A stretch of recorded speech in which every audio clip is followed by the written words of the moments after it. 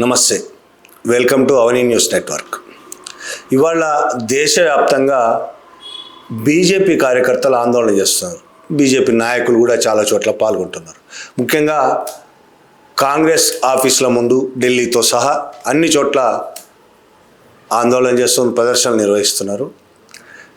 ఏం చెప్తున్నారు, దేనికోసం ఈ ప్రదర్శనలు అంటే భారత్ వాల్యూ తీసేసింది కాంగ్రెస్ పార్టీ అని. భారతదేశం వాల్యూని కాంగ్రెస్ పార్టీ తీసేసింది. ఇజ్జత్ పోయింది భారతదేశం ఇజ్జత్ తీసేసింది కాంగ్రెస్ పార్టీ అని.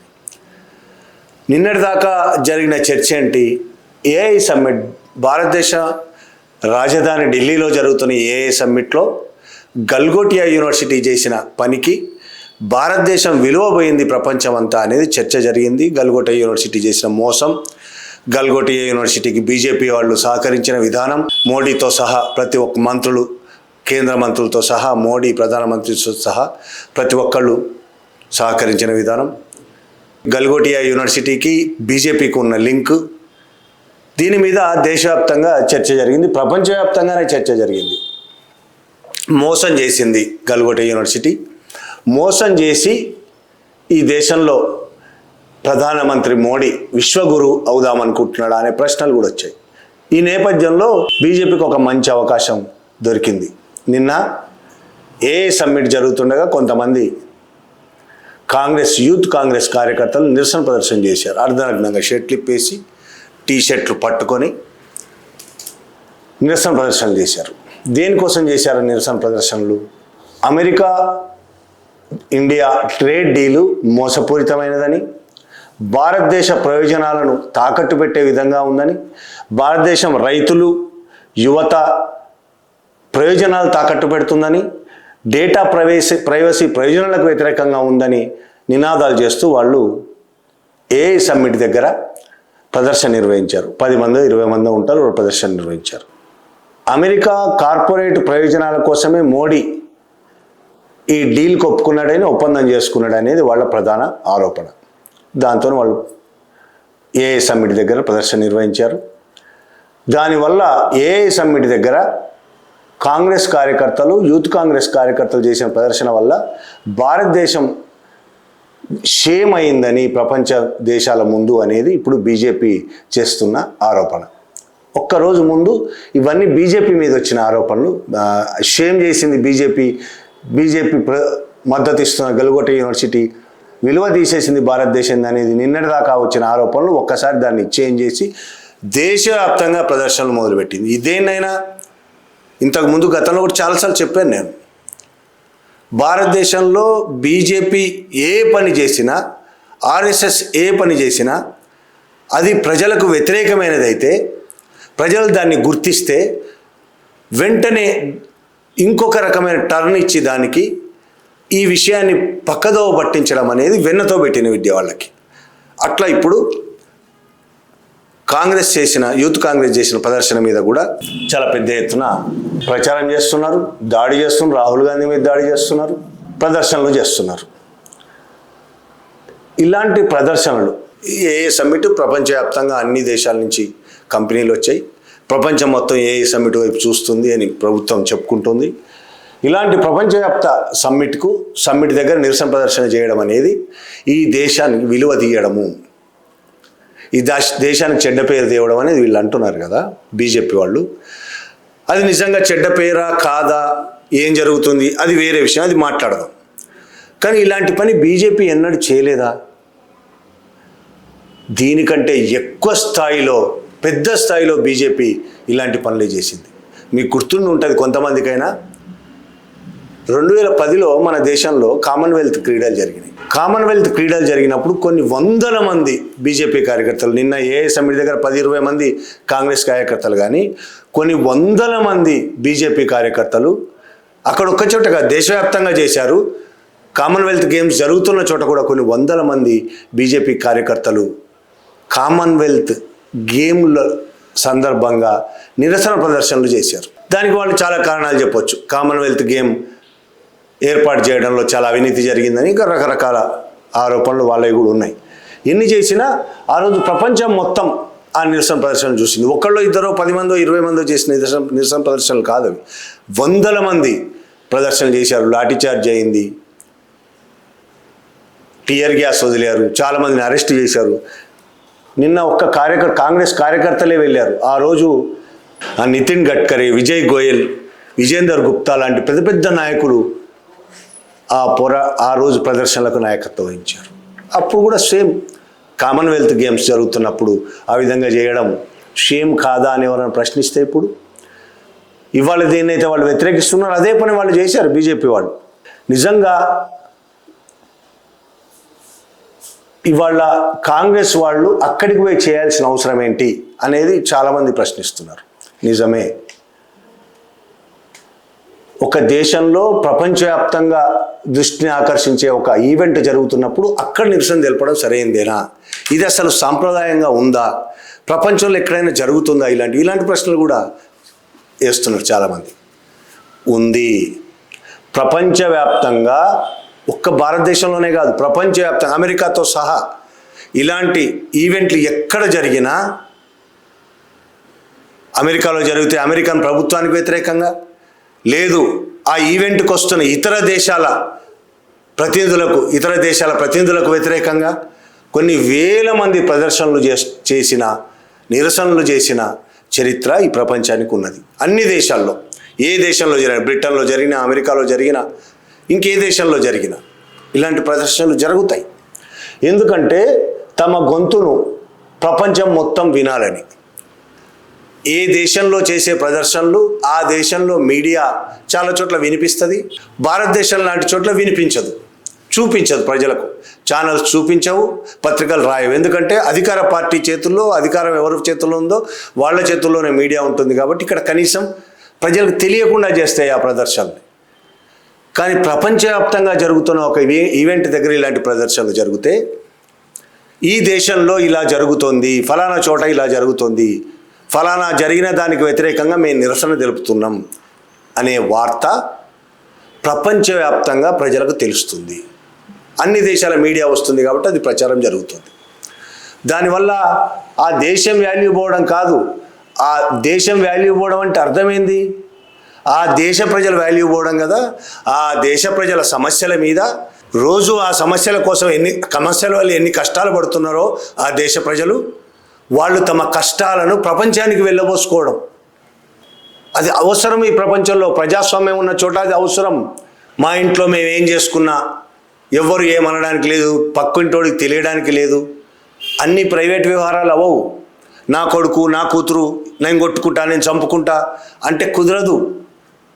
నా భార్య, నేను కొడతా, నేను చంపుతా, పక్కింటోడికి ఎందుకు చెప్తావు పోయి అని అంటే కుదరదు. అది చట్ట వ్యతిరేకమే కాదు, నైతికం కూడా కాదు.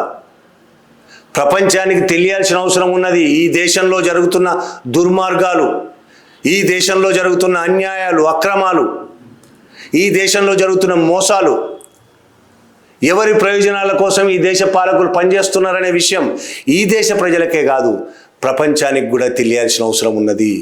ప్రపంచ దేశ ప్రజలు కూడా ఈ దేశ ప్రజలకు మద్దతుగా నిలబడాల్సిన అవసరం ఉన్నది. మనము ఇంకో దేశ ప్రజలకు, పాలస్తీనాకు మద్దతుగా చాలామంది భారతదేశం వాళ్ళు నిలబడ్డారు. ఇరాక్ మీద అమెరికా దాడి చేసినప్పుడు ఇరాక్ మద్దతుగా అనేక దేశాలు నిలబడ్డాయి, పాలస్తీనాకు మద్దతుగా అనేక దేశాల ప్రజలు నిలబడ్డారు. అట్లనే భారతదేశంలో జరుగుతున్న అన్యాయాలకు వ్యతిరేకంగా, అక్రమాలకు వ్యతిరేకంగా, దుర్మార్గాలకు, హింసలకు వ్యతిరేకంగా ప్రపంచ ప్రజలు నిలబడాల్సిన అవసరం ఉన్నది. నిలబడతారు, తెలుసుకుంటే నిలబడతారు. కాబట్టి వాళ్ళకి తెలియజేయాల్సిన అవసరం ఉంటుంది.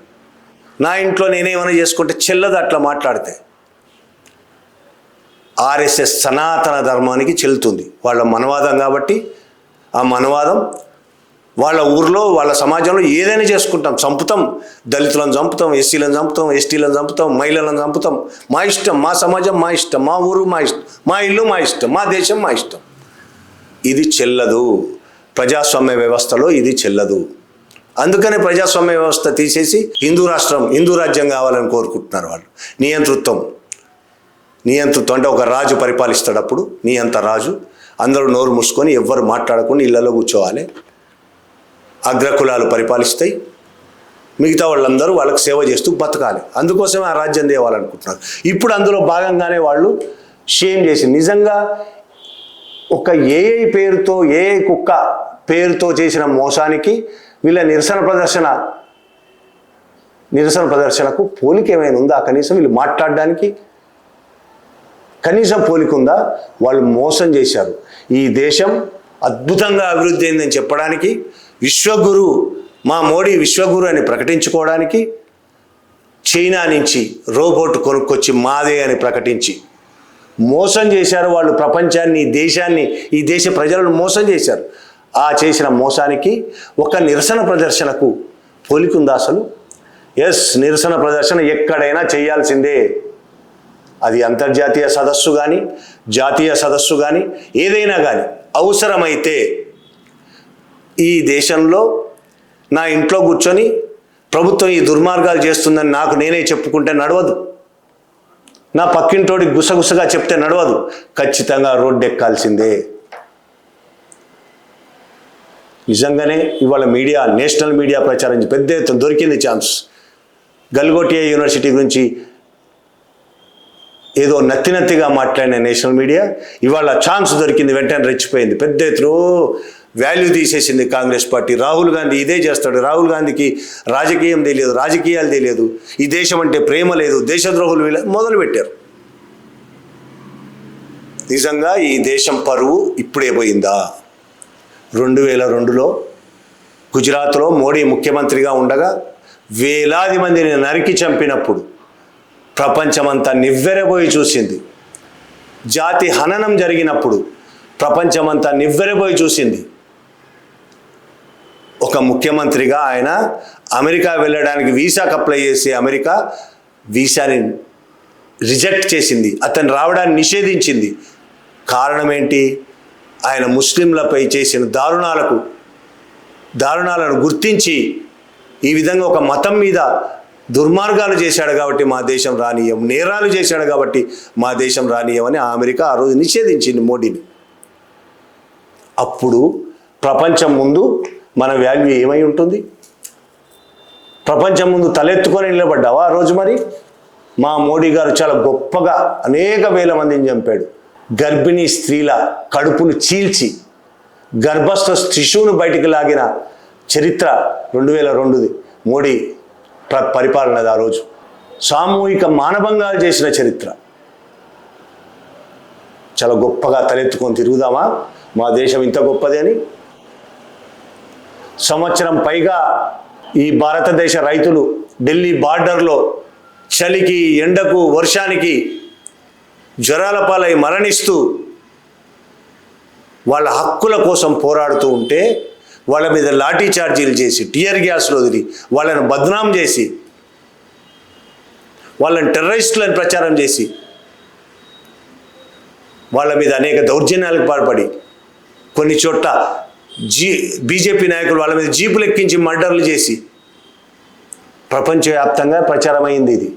అప్పుడు మనం చాలా ఇలాంటి సంఘటనలు జరిగిందని గర్వపడదామా? మా దేశం చాలా గొప్పదని కాలర్ ఎగురేసుకొని తిరుగుదామా? ఇప్పుడు పోయిందా ఆ పరువు? ఈ బీజేపీ గోధి మీడియాకు, బీజేపీకి ఇప్పుడు పరువు పోయిందా? ఈ మధ్యకాలంలో మాజీ ఆర్మీ చీఫ్ నరవణే రాసిన పుస్తకంలోని విషయాలు మొత్తం ప్రపంచానికి తెలిసి వాళ్ళు ఏదో పుస్తకం రాలేదని కేసులు పెడతామని కథలు పడవచ్చు. లోని విషయాలు మొత్తం ప్రపంచానికి తెలుసు. మోడీ చేష్టలుడిగి బలహీనుడై ఆదేశాలు ఇవ్వకుండా చైనా మీదికి వస్తుంటే, మన బార్డర్ మీదకి చైనా సైన్యం ట్యాంకర్లు వస్తూ ఉంటే కూడా ఏమీ చేయలేక కూర్చున్నాడు, కనీసం ఆర్డర్ ఇవ్వలేకపోయాడు అనేది ప్రపంచం చదివింది. నరవణే పుస్తకంలోని భాగాలను చదివింది. ఎప్స్టీన్ ఫైల్స్లో ప్రపంచవ్యాప్తంగా దుర్మార్గమైన ఎప్స్టీన్కు వ్యతిరేకంగా ప్రపంచం గొంతు విప్పుతున్న సందర్భంలో ఆ ఎప్స్టీన్ ఫైల్స్లో మన మోడీ పేరు ఉందని, మన కేంద్ర మంత్రుల పేర్లు ఉన్నాయని ప్రపంచం మొత్తం చూసింది. అప్పుడు మనం కాలర్ ఎగురేసుకొని తిరుగుతున్నాం. ఈ నేషనల్ మీడియా కిక్కురు మనకుండా కూర్చున్నది ఎందుకు మరి? అప్పుడు వీళ్ళకి కనీసం అగౌరవం అనిపించలేదు. దేశంలో జరుగుతున్న దుర్మార్గాలకు, అన్యాయాలు ఎన్నైనా సరే వీళ్లకు ఎప్పటికీ పట్టలేదు. నేషనల్ మీడియాకు, బీజేపీకి ఎన్నడూ పట్టలేదు. అనేక రాష్ట్రాల్లో లక్షలాది మంది ఓటర్లను, బతికున్న ఓటర్లను, ఈ దేశ పౌరులైన ఓటర్లను బీజేపీకి ఓట్లు వెయ్యరనే అనుమానంతో లక్షల మందిని తీసిపడేసింది. బీహార్లో, బెంగాల్లో, ఇంకా అనేక చోట్ల. రేపు ఇక్కడ తెలంగాణలో, ఏపీలో కూడా అదే జరగబోతోంది. లక్షల మంది ఓటర్లను తీసిపడేసింది. అడగడానికి కూడా లేదు. సుప్రీంకోర్టు కూడా ఇవాళ వ్యవస్థలని బీజేపీ ఆర్ఎస్ఎస్ చేతిలో ఉన్నాయి. సుప్రీంకోర్టు కూడా కిక్కురు మనకుండా కూర్చుంది. దీనికి గర్వంతో తలెగిరేసుకుందామా? అంబానీ, అదానీలకు, అలాంటి వేదాంత లాంటి ఇలాంటి పెట్టుబడిదారులకు, కార్పొరేట్ కంపెనీలకు ఈ భారతదేశ ప్రజల సొత్తు అయిన ఖనిజ సంపదను దోచిపెట్టడానికి అడ్డంకిగా ఉన్న ఆదివాసులను దండకారణ్యంలో వేటాడి చంపుతోంది, హత్యలు చేస్తుంది. వందల మందిని హత్యలు చేస్తుంది. వాళ్లకు నాయకత్వం వహించి ఈ దోపిడీదారులకు వ్యతిరేకంగా నిలబడ్డందుకు మావోయిస్టులను చంపేస్తుంది. వందల మందిని చంపేస్తుంది వేటాడి. డేటు పెట్టి ఆ డేట్ కల్లా నేను చంపేస్తా, మార్చి 31 కల్లా అందరినీ చంపేస్తా అని అమిత్ షా బహిరంగంగా ప్రకటిస్తాడు. గర్వపడదామా? జంతువులను వేటాడినట్టు, జంతువులను వేటాడినట్టు అనాగరిక దేశంలో బతుకుతున్నాము మనం. నాగరికులమేనా? డేట్లు పెట్టి హత్యలు చేసే దేశంలో బతుకుతున్నాము మనం. నాగరికత అనేది ఏమైనా ఉందా? మానవత్వం అనేది కొంచెమైనా ఉందా? ఈ దేశం అభివృద్ధి అంటే కార్పొరేట్ కంపెనీల అభివృద్ధేనా? ఆదివాసులు బతకొద్దా? మధ్యతరగతి ప్రజలు బతకొద్దా? యువత నిరుద్యోగంతో చచ్చిపోతున్నారు, వాళ్ళు బతకొద్దా? రైతులు బతకొద్దా? వీళ్ళెవ్వరూ బతకొద్దు, కార్పొరేట్లు మాత్రమే బతకాలి. దానికోసం ఎంతమందినే చంపుతాం. ఇదే కదా బీజేపీ వాళ్ళ నడిపిస్తున్న రాజ్యం. దండకారణ్యంలో వేలాది మందిని చంపుతున్నారు. జంతువులను వేటాడి చంపుతున్నారు. డేట్లు పెట్టి చంపుతున్నారు. అది దేశం గర్వంతో తల ఎత్తుకొని జీవించాలనా? ప్రజాస్వామ్యం అంటే కనీసం నమ్మకం లేని కథలు మాత్రం చాలా చెప్తారు. ఇలాంటి ప్రదర్శనలు, నిరసనలు పార్లమెంటు లోపల జరిగిన, బయట జరిగిన, ఇది ప్రజాస్వామ్యాన్ని బలోపేతం చేస్తాయని నేను, కాంగ్రెస్ వాళ్ళు, ఇంకెవరు అంటున్న మాట కాదు. సుష్మా స్వరాజ్ బతుకుండగా అన్న మాట. బీజేపీ నాయకులు వాజ్పేయితో సహా అనేక మంది చెప్పిన మాటలు ఇవి. నిరసన ప్రదర్శనలు చేయాల్సిందే, సీరియస్గా చేసినా పర్వాలేదు, అది ప్రజాస్వామ్యాన్ని బతికిస్తుంది, బలోపేతం చేస్తుంది అని మాట్లాడిన వాళ్ళు వీళ్ళందరూ. వాళ్ళ అధికారంలో లేనప్పుడు, వాళ్ళు ప్రతిపక్షంలో ఉన్నప్పుడు నిరసన ప్రదర్శనలు, ఊరేగింపులు అన్నీ ప్రజాస్వామ్యబద్ధంగానే కనిపిస్తాయి. వాళ్ళ అధికారంలో ఉన్నప్పుడు నిరసన ప్రదర్శన అంటేనే వాళ్ళకి మండిపోతూ ఉంటుంది. ప్రదర్శన అంటేనే మండిపోతుంటుంది. వాళ్ళకు వ్యతిరేకంగా గొంతు విప్పడం అంటేనే వాళ్ళకు గిట్టదు. నిజం చెప్పాలంటే ఇవాళ కాంగ్రెస్ పార్టీ ప్రదర్శన చేసిందని, ఓ 10 మందో 20 మందో యూత్ కాంగ్రెస్ వాళ్ళు ప్రదర్శన చేశారని ఇంత రెచ్చిపోతున్నారు కదా. నిజానికి ఈ భారతదేశంలో ఇది కాదు జరగాల్సింది.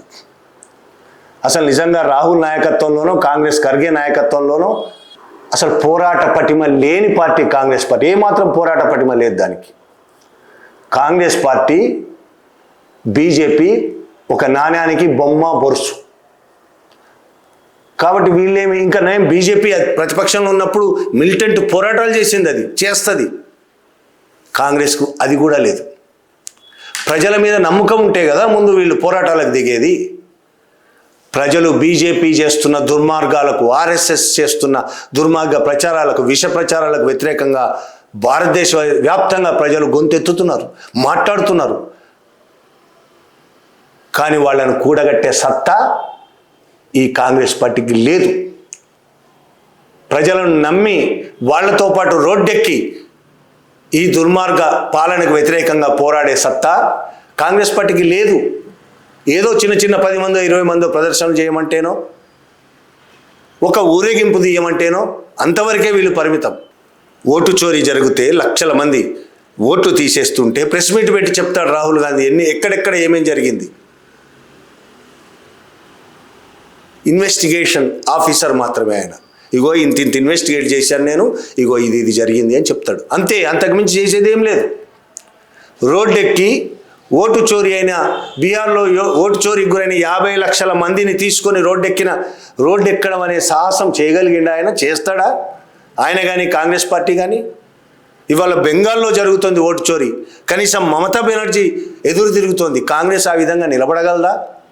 నిలబడే సత్తా ఉందా కాంగ్రెస్కి?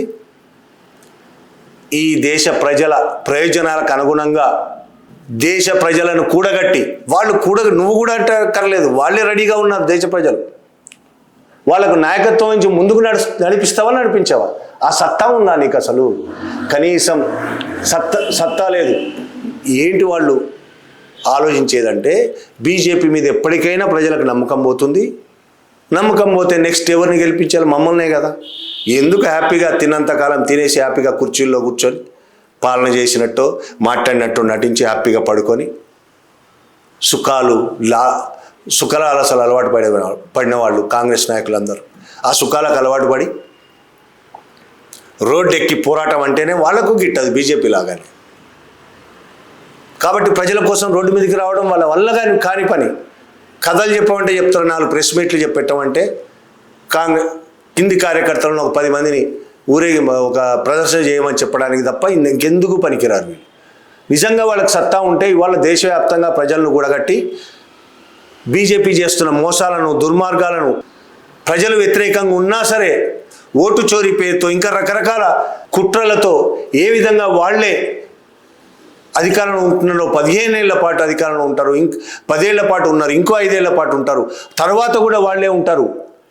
ఎందుకంటే ప్రజల ఇష్టాలతో సంబంధం లేదు, ప్రజల ఓట్లతో సంబంధం లేదు.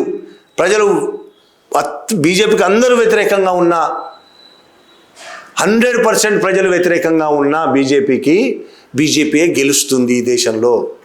అటువంటి కుట్రలు చేస్తున్నారు వాళ్ళు. అన్ని వ్యవస్థలు వాళ్ళ కంట్రోల్లోనే ఉన్నాయి. ఎన్నికల సంఘం, న్యాయ వ్యవస్థ, ఎవ్వరు వాళ్ళను వ్యతిరేకించే వాళ్ళు లేరు. అలాంటప్పుడు కాంగ్రెస్గా ప్రధాన ప్రతిపక్షంగా అతిపెద్ద జాతీయ పార్టీగా ఏం చేయాల్సి ఉంది? ఏ సమ్మిట్ దగ్గరికి పోయి 4 నినాదాలు ఇచ్చి వచ్చేయడమేనా? దేశంలో జరుగుతున్న ఓటు చోరీకి వ్యతిరేకంగా, దండకారణ్యంలో జరుగుతున్న మారణ హోమానికి వ్యతిరేకంగా,